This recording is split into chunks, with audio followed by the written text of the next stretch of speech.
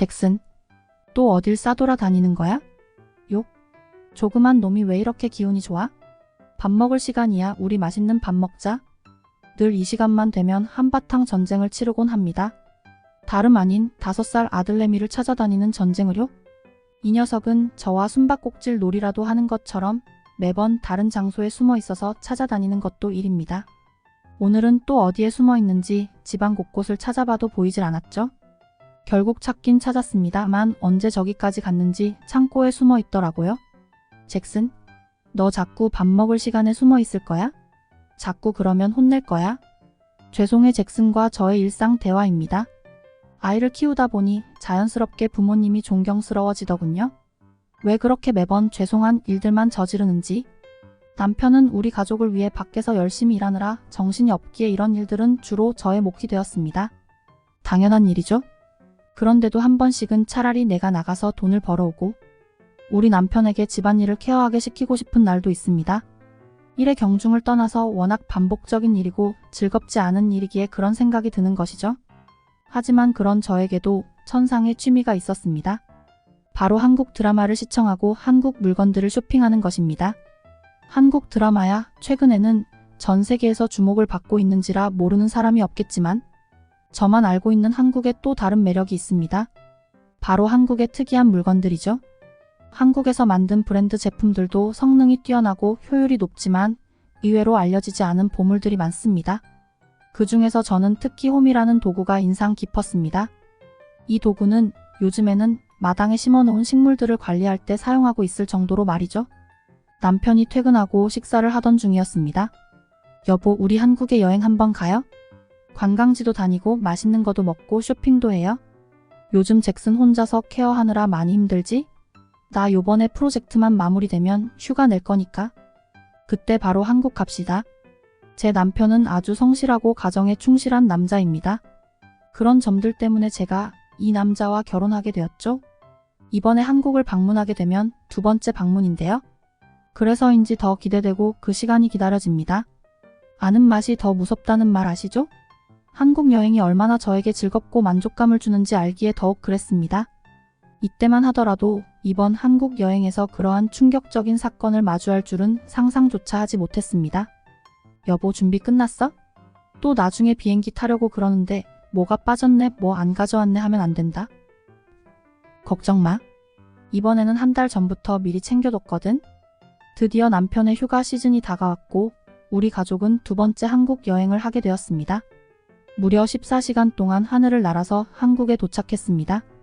우리는 여느 때와 마찬가지로 인천공항에 도착했고 신고서 작성, 수화물 검사 등과 같은 기본적인 절차를 완료했죠.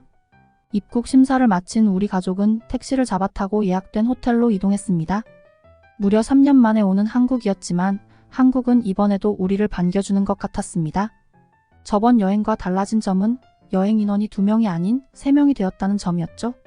처음으로 한국에 오는 아들도 잔뜩 기분이 업되어 설레는 게 눈에 보였습니다. 그렇지 않아도 가만히 있지 못하는 성격인데 택시 안에서 보여지는 한국 도시의 진풍경을 이리저리 신기한 듯 두리번거렸죠. 엄마, 저 건 뭐예요? 우리 동네에서 보던 건물보다 높아요? 한국에는 저런 큰 빌딩들이 많단다. 그러니까 집에서처럼 아무 데나 돌아다니면 안 돼. 알겠지? 처음으로 경험하는 가족여행에 잭슨도 많이 신나는 모양이었습니다. 이렇게 기뻐하는 아들을 보니 한국에 앞으로 종종 와야겠다는 생각을 했죠. 이때는 그저 행복하기만 했으니까요. 남편 뭐부터 할까? 골라봐. 첫 번째는 호텔에서 짐 풀고 식사 후에 쇼핑하기. 2번째는 호텔에서 짐 풀고 쇼핑하면서 백화점에서 식사까지 해결하기. 한국 백화점에는 맛있는 음식들만 골라서 입점해 있는 거 모르지? 이번에는 2번째로 갈까? 에이, 뭐야?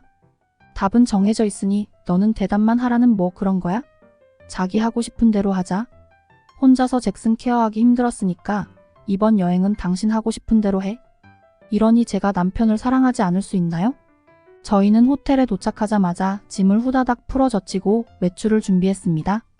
이미 백화점에서는 무엇을 살지, 무엇을 먹을지 대충 후보들을 선점해 놓았기에 어서 빨리 가고 싶은 마음뿐이었습니다. 오늘 하루는 쇼핑해 놓아야 내일부터 제대로 관광을 즐길 수 있었기 때문이죠. 백화점에 도착한 우리 가족은 그 건물의 웅장함에 압도되어 한동안 건물을 우러러 보았습니다. 제 모습을 본 잭슨도 저를 따라 건물을 올려다보며 입을 떡 벌리더군요. 귀여운 녀석. 한국 드라마를 보면서 동경했던 배우들의 꿀피부가 알고 보니 한국식 화장품과 피부 관리 덕분인 걸 알고 나서부터는 늘 지금을 꿈꿨습니다. 미국 여성들이 주로 하는 화장법은 대체로 색이 진하고 두꺼운 화장을 선호하는 편입니다. 하지만 한국의 화장법은 화장을 한 듯 하지 않은 듯 얇게 하면서 자연스러운 방식을 선호하는데 저는 이게 너무 좋더라고요. 그렇게 백화점에 들어선 저는 1층에서 화장품과 미용 제품 전용 코너를 돌아다니며 쇼핑을 즐겼습니다. 한국 백화점은 미국에서도 유명한 메이시스 백화점만큼 엄청 넓었습니다. 하지만 다양성이나 창의적인 공간 활용과 같은 부분에서는 한국 백화점이 더 우수하다고 생각했죠. 아직 식사 시간까지는 조금 남아 있어서 남은 층들을 돌아다니며 쇼핑하려고 했습니다. 1층부터 2층의 의류 패션, 3층에는 남편 옷들도 좀 샀죠. 확실히 동일 브랜드라 하더라도 미국에서 구매하는 것보다 저렴해서 좋았습니다. 잠시 남편의 옷을 봐주고 있을 때였습니다. 좀 전까지만 해도 잘 따라오던 잭슨이 보이질 않았습니다. 이 녀석이 또 어디 간 거야? 그렇게 한국에서는 싸돌아다니지 말라고 당부했는데도 잭슨 안 보여? 내가 좀 찾아보고 올게. 옷을 고르고 있던 남편이 잭슨이 없어진 걸 알자 바로 찾아 나섰습니다. 저는 한편으로 걱정하긴 했지만 워낙 가만히 있지를 못하는 녀석이라 어디 장난감? 판매대 없나 돌아다니고 있을 거라고 생각했죠. 잠시 뒤 잭슨을 찾으러 갔던 남편이 돌아왔습니다. 녀석이 대체 어딜 간 거야? 3층에는 안 보이는데? 다른 층에 있는 거 아냐? 아마 장난감 판매대에 있을 거야. 아까부터 장난감 노래를 부르더라고. 그쪽으로 가보자. 아들 녀석이 워낙 백화점에 들어가기 전부터 한국 장난감 사달라고 노래를 부르던 터라 당연히 장난감 판매대에 가서 놀고 있을 줄 알았습니다. 때마침 장난감 판매대도 3층에 자리 잡고 있어서 금세 찾았죠. 하지만 장난감 가게 어디에도 잭슨은 보이지 않았습니다. 실례합니다. 혹시 5살짜리 꼬마 못 보셨나요? 파란 패딩의 금발머리 남자아이예요? 장난감 가게의 직원분들은 물론이고 가게 안에 있던 손님들도 잭슨을 보지 못했다고 말했죠. 처음에는 그냥 근처 장난감 판매대에서 놀고 있겠지 라고 생각하고 있다가 3층 라인 자체에 아들이 보이지 않자 점점 불안한 마음이 생겼습니다. 여보 안 되겠다. 내가 아래층 찾아볼 테니까 당신은 위층에 찾아봐. 남편과 저는 3층을 중심으로 위층과 아래층을 담당하여 잭슨을 찾으러 나섰습니다. 혹시 요만한 꼬마 못 보셨나요? 5살 남자아이예요. 금발에 파란 패딩을 입고 있고요. 혹시나 하는 마음에 층을 뒤지면서 마주치는 사람들에게도 잭슨의 인상착의를 말하며 본 적이 있냐고 물어보았습니다. 한국인 손님들도 있었고 그 중에는 우리처럼 미국이나 유럽 쪽 외국인들도 있었습니다. 4층을 돌았고 5층, 6층까지 돌면서도 잭슨이 보이지 않자 그리고 마주치는 사람들에게 잭슨을 본 적이 있냐는 질문을 던질 때마다 등에서 식은땀이 흐르기 시작했습니다.